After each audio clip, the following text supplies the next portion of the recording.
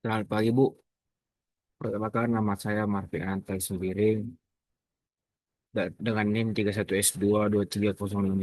Di sini saya akan mempresentasikan materi difusi melalui lapisan gas tetap mata kuliah Teknopor. Adapun presentasi saya adalah sebagai berikut. Nah, tubuh. Adapun outline yang saya berikan yaitu pertama itu fenomena, yang kedua elemen volume, yang ketiga asumsi, yang keempat sel energi balance, dan yang kelima itu penerapan rumus. Fenomena. Terjadi suatu proses difusi yang kompleks, di mana zat A dalam bentuk gas berpindah dan menyebar melalui zat B, yang dalam keadaan diam atau stagnan, dalam bentuk cair. Selain difusi molekuler yang merupakan zat acak, partikel dari daerah konsentrasi tinggi ke rendah, pada kasus ini juga terjadi fenomena konveksi. Konveksi adalah perpindahan massa yang disebabkan oleh gerakan fluida secara keseluruhan.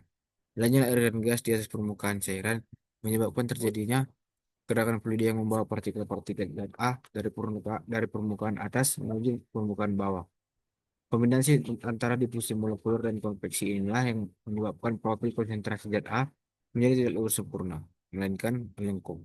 Faktor-faktor seperti gradient konsentrasi, koefisien divisi, viskositas fluida, dan suhu, dan kecepatan aliran gas akan menyebabkan laju dan pola perpindahan massa ini. Nah, selanjutnya itu mekanisme yang terjadi.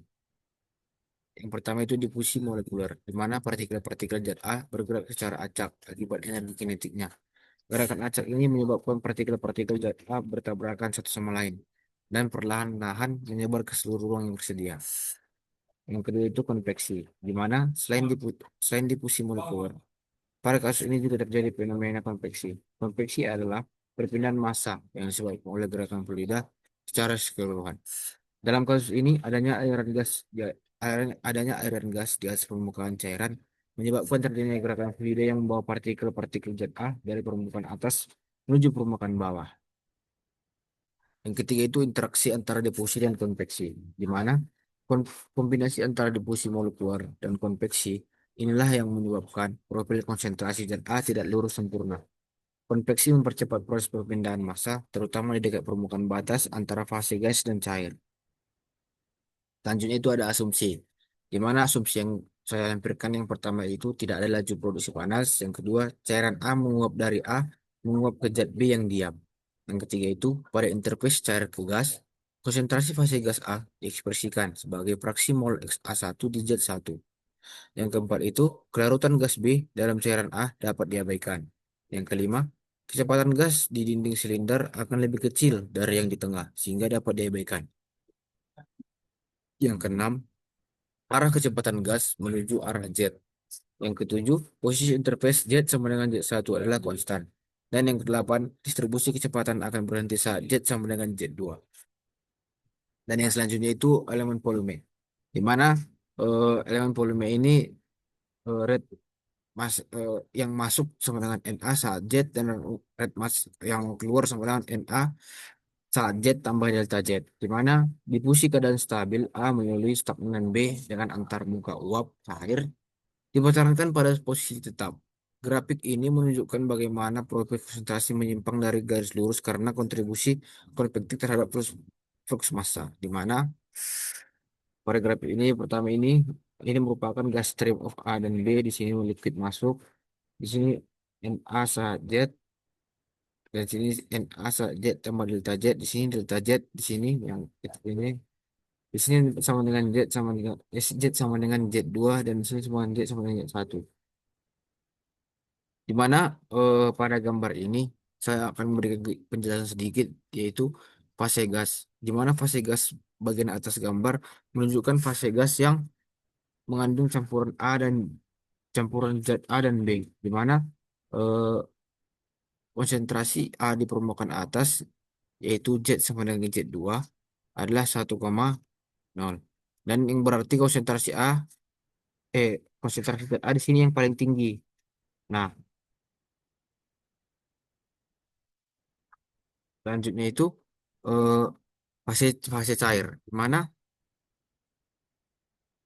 fase cair bagian bawah gambar menunjukkan fase cair sebagai sebagian besar terdiri dari zat-zat A ini B terdiri dari zat B. Konsentrasi A zat A konsentrasi zat A di permukaan bawah Z sama dengan Y1 adalah 0. Z1 sama dengan 0. Penghalang batas antara fase gas dan fase cair bertindak sebagai penghalang bagi difusi zat A. Profil konsentrasi garis lengkung pada gambar menunjukkan, dia garis lengkung pada gambar menunjukkan bagaimana konsentrasi zat A berubah seiring dengan jarak dari permukaan atas ke permukaan bawah. Konsentrasi zat A menurun secara bertahap dari permukaan atas menuju permukaan bawah. Selanjutnya ada box massa di mana panah yang menunjukkan arah perpindahan massa massa zat A, arah panah menunjukkan bahwa saat zat A berdifusi dari fase gas menuju fase cair. Difusi keadaan stabil. Artinya eh, difusi keadaan stabil ini proses perpindahan zat A dari fase gas ke fase cair telah mencapai kondisi seimbang, di mana laju perpindahan zat A dari atas ke bawah sama dengan laju perpindahan zat A dari bawah ke atas. Kemudian itu A melalui stagnan B, zat A bergerak melalui zat B yang tidak bergerak atau stagnan. Ini berarti zat B zat B hanya sebagai media. Bagian zat A untuk berdifusi dan zat B sendiri tidak bergerak secara signifikan. Antar muka uap cair dipertahankan pada posisi tetapi batas antara fase gas dan fase cair tidak berubah posisinya selama proses berlangsung. Hal ini penting untuk menjaga kondisi eksperimen agar tetap terkendali. Selanjutnya itu ada profil konsentrasi yang menyimpang dari garis lurus. Grafik yang menggambarkan perubahan konsentrasi zat A tidak dari atas ke bawah, tidak membentuk garis lurus sempurna, melainkan melengkung. Kemudian itu ada kontribusi konvektif terhadap flux massa. Penyebab utama kelengkungan profil konsentrasi adalah adanya gerakan fluida konveksi yang membantu membawa partikel zat A dari atas ke bawah. Nah, untuk menyelesaikan masalah ini, diasumsikan bahwa tidak ada ketergantungan komponen Z dari kecepatan pada koordinat radial. Ketika sistem pengapalan ini mencapai keadaan stabil, ada gerakan molekul A menjadi interface dan molekul B diam atau stagnan. Oleh karena itu, flux molar yang diberikan NBZ sama dengan 0. Nah, flux molarnya adalah NaZ sama dengan min C DAB dXA per DZ ditambah XA kali NaZ tambah NBZ.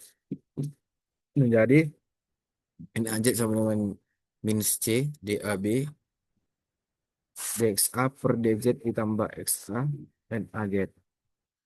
Di mana NaZ kurang XA NaZ sama dengan min C DAB dXA per DZ.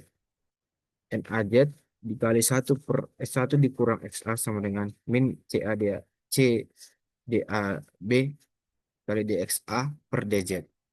Menjadi NaZ sama dengan min C DAB dikali DXA per DZ per 1 dikurang XA. Selanjutnya itu ada sel energi Bayes dan pengurangan rumus. Di mana neraca energinya itu laju air massa masuk dikurang laju air massa keluar sama dengan laju produksi panas sama dengan 0. Di mana integral NaZ saat Z dikurang integral NaZ saat Z tambah delta Z tambah 0 sama dengan 0. Selanjutnya, rumah itu S bukan integral lagi.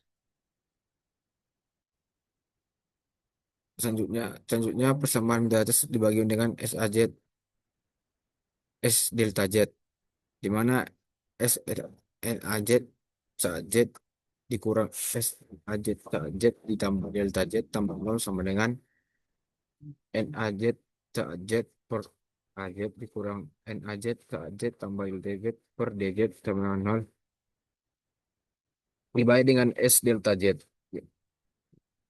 Nah, di sini kita akan mendapat persamaan satu. Kemudian kita kemudian kita melimitkannya di mana NaZ saat Z dikurang NaZ saat Z tambah delta Z per DZ sama dengan 0 min DNAZ per DZ sama dengan 0. DAZ, DNAZ per DZ sama dengan 0. Min DNAZ per DZ. D per DX dikali min. DAB per 1 dikurang XA dikali DXA per DZ menjadi D per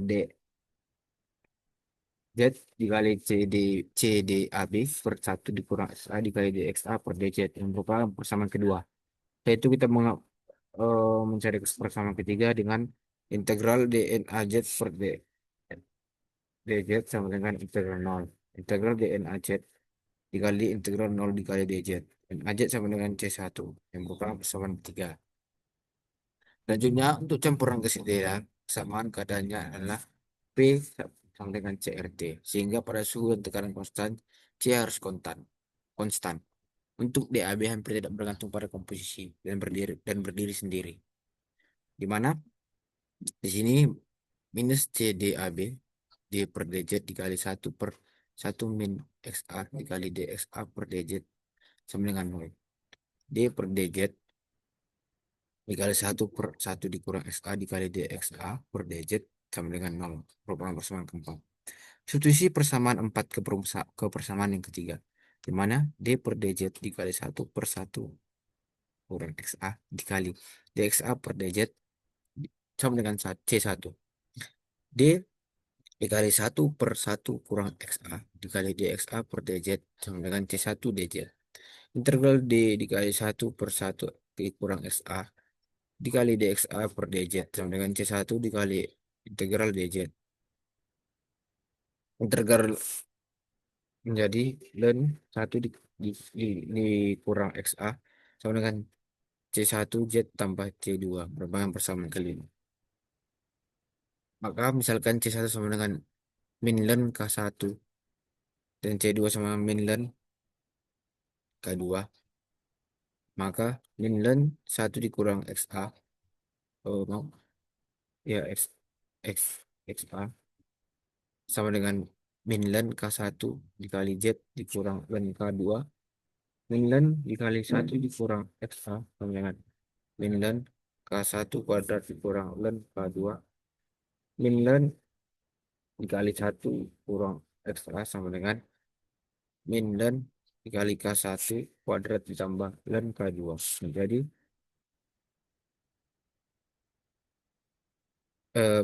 mendapatkan hasil seperti berikut.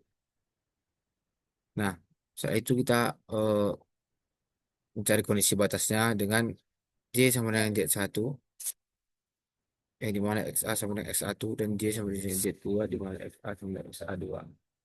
Nah, pada kondisi batas yang pertama itu dimana 1 dikurang XA sama dengan KI kuadrat tambah K2. 1 dikurang XAI sama dengan KI 21 dikurang K2.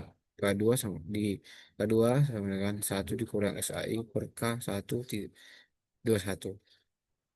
Di mana pada yang kedua itu 1 dikurang XA2 sama dengan K1 kuadrat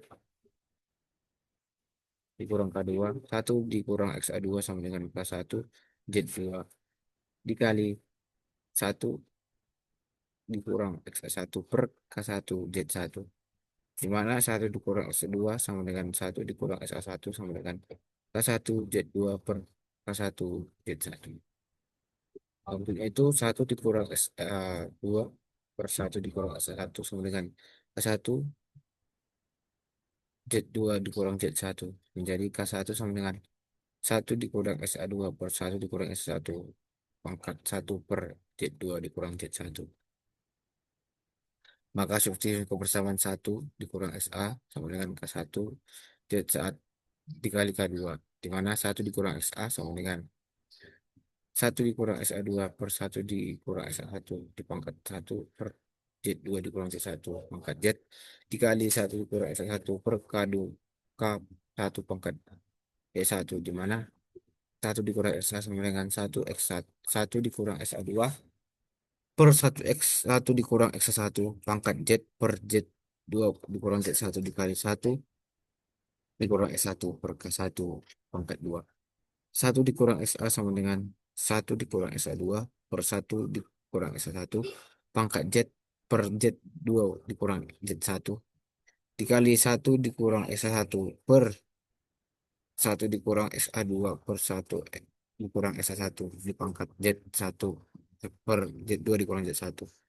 Satu dikurang XA sama dengan satu dikurang SA2 per satu dikurang SA1 dipangkatkan pangkat Z dikurang Z per Z2 dikurang Z1 dikali satu dikurang SA1 dikali satu dikurang XA2 per satu dikurang SA1 dipangkat min Z1 dikurang Z1 per Z2 dikurang Z1.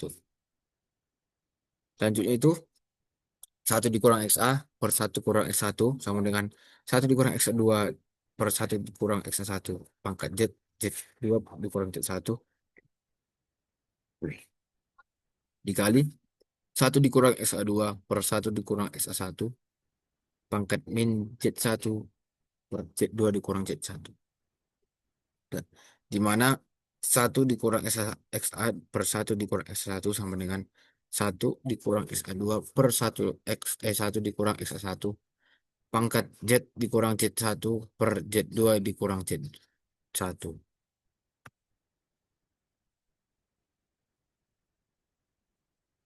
Demikian hasil presentasi saya. Mohon maaf bila ada kesalahan membaca atau tutur kata yang saya yang salah. Saya ucapkan terima kasih.